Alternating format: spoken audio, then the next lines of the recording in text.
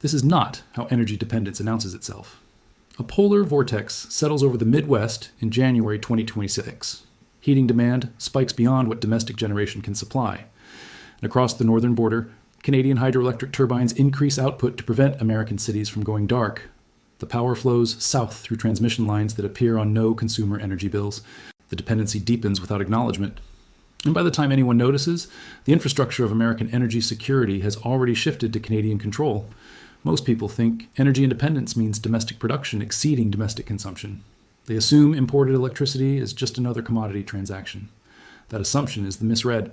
What I am describing is documented reality of grid operations during winter 2026, when record cold created demand surges domestic generation could not meet. The data is public. The import volumes are recorded. The infrastructure enabling those imports has been built over decades, but only now, under crisis conditions, has its strategic significance become undeniable. Public conversation about energy focuses on oil and gas, domestic drilling, pipeline capacity. These are the metrics by which politicians measure energy independence. Electricity gets treated as separate, less critical, a utility service that works reliably enough that most people never think about where it comes from until the lights go out. That separation between energy security and electrical grid dependency is the category error that has left American infrastructure vulnerable. This is not theoretical vulnerability, it is operational reality. Winter 2026 began with forecasts predicting colder than average temperatures across northern states. Grid operators ran standard winter protocols. Everything appeared manageable. Then temperatures dropped further than models predicted, and kept dropping. Natural gas heating demand surged as buildings fought to maintain interior temperatures. That demand pulled gas away from power generation. The gas that would normally fuel electricity plants was being burned in furnaces to keep buildings habitable. Coal plants increased output but were already operating near maximum capacity. Nuclear facilities were running at baseload. Wind generation was reduced because extreme cold affected turbine operations. The gap between demand and available domestic supply widened hour by hour.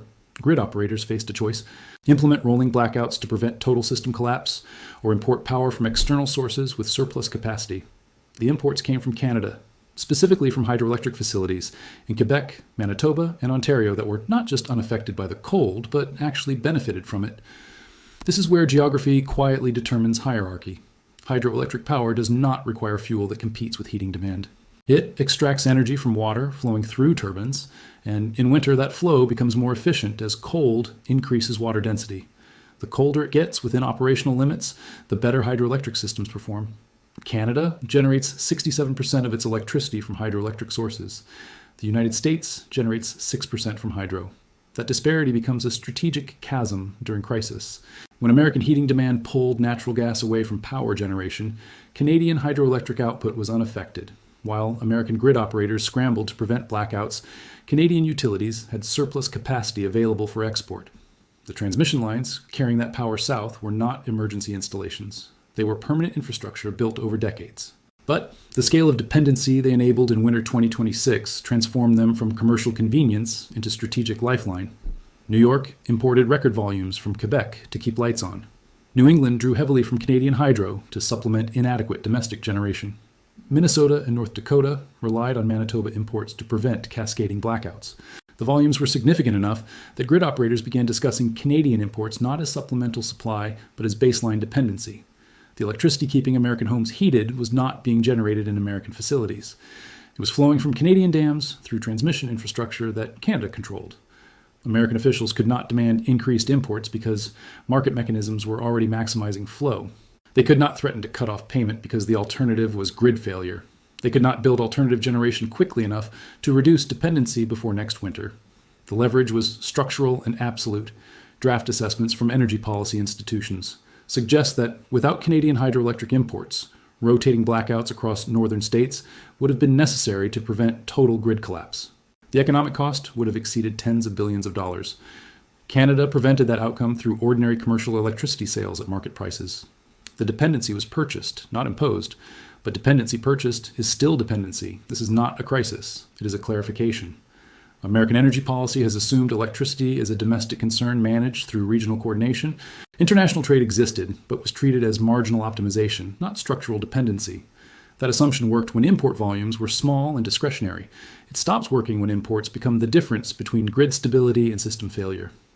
Winter 2026 demonstrated that American electrical infrastructure cannot meet peak winter demand without Canadian hydroelectric imports. That is not temporary. That is structural. American natural gas infrastructure is optimized for summer air conditioning, not winter heating. Coal capacity has been reduced. Nuclear expansion has stalled. Renewables are intermittent. The gap between winter peak demand and reliable domestic supply exists regardless of weather extremes. Canadian hydroelectric capacity fills that gap because water-driven generation is not affected by cold, and because Canadian electricity demand does not spike as dramatically during winter. Canada has surplus when America needs additional supply. Markets would describe this as complementary trade. Geopolitics describes it as structural dependency, where one party controls infrastructure the other cannot replicate. The transmission lines carrying Canadian electricity cannot be easily redirected. If Canada chose to reduce exports, American grid operators would have limited recourse. The infrastructure is Canadian-owned and Canadian-operated. Nothing gives American grid operators ability to compel Canadian exports. Nothing provides American utilities with alternative supply sources of comparable scale during winter peak demand. The dependency is not mutual. Canada does not rely on American imports to maintain grid stability. Canadian generation exceeds domestic demand by margins large enough that export revenue is economically valuable but not operationally necessary. American grid operations would not continue normally without Canadian imports. Canadian grid operations would. This is where energy security stops being about production volumes and becomes about infrastructure control. American politicians can give speeches about energy independence while standing in front of drilling rigs. Those speeches measure the wrong variables. Oil and gas production matters for transportation and heating fuel. It does not address electrical grid dependency, determining whether cities maintain power during winter demand surges. Electrical systems are not like fuel commodity markets, where supply can be sourced globally and shipped anywhere. Electricity flows through fixed transmission infrastructure. You cannot import electricity from Texas to power New York in winter because the transmission infrastructure does not exist at sufficient scale. You cannot substitute imports from Europe because undersea cables do not span the Atlantic at grid-relevant capacity. The electricity keeping northern American cities powered comes from Canadian hydroelectric dams because Canadian dams are the only nearby generation sources with surplus winter capacity connected to American grid infrastructure. That geographic reality cannot be changed through policy speeches or investment programs. Building equivalent hydroelectric capacity would require flooding vast territories, constructing massive dam systems, and decades of construction. Environmental opposition alone would prevent most viable projects. The cost would exceed hundreds of billions. The timeline would extend beyond any political administration's tenure. Canadian hydroelectric infrastructure exists because it was built over generations, using geographic advantages the United States does not possess at comparable scale where electricity demand is highest. That infrastructure cannot be replicated quickly. It can only be depended upon or done without. American grid operators have chosen dependence because the alternative is blackouts.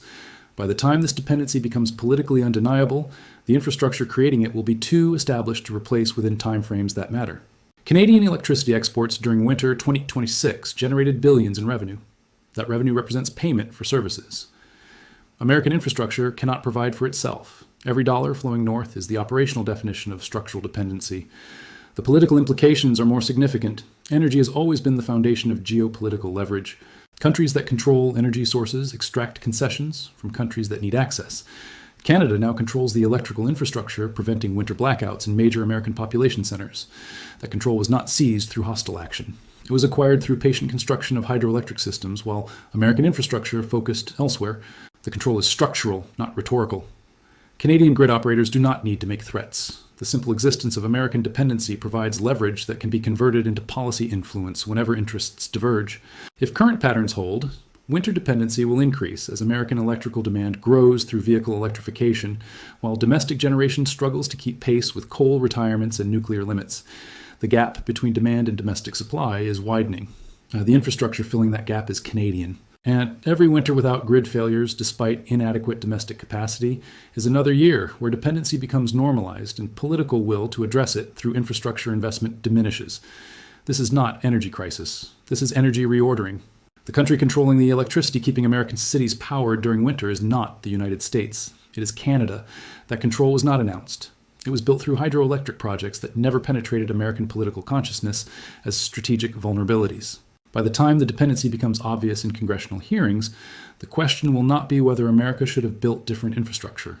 The question will be how to manage a permanent relationship where Canadian decisions about electricity exports determine whether American cities stay powered through winter. Geography determines infrastructure. Infrastructure determines dependency. Dependency determines hierarchy. The hierarchy is already established. What remains is acknowledgement. The lights stayed on through winter 2026 because Canadian hydroelectric turbines kept spinning and Canadian grid operators kept electricity flowing south. That is not temporary arrangement subject to renegotiation. That is the infrastructure reality of how electrical power works in North America. Canada did not plan to become America's winter electricity supplier. Canada built hydroelectric systems to serve Canadian demand using Canadian geography. The surplus happens to align with American demand gaps during winter. But what matters for energy security is not intention, but capability. The country that can keep the lights on has leverage over the country that cannot. And in winter, across the northern United States, the country that can keep the lights on is Canada. The dependency is operational, the leverage is structural. And by the time this becomes clear in policy documents, the infrastructure creating both will be too fundamental to imagine functioning without it. This is how energy security shifts without announcement. This is how geography becomes hierarchy. And this is how the country everyone assumed was a reliable resource supplier becomes the country that decides whether American cities stay powered through winter.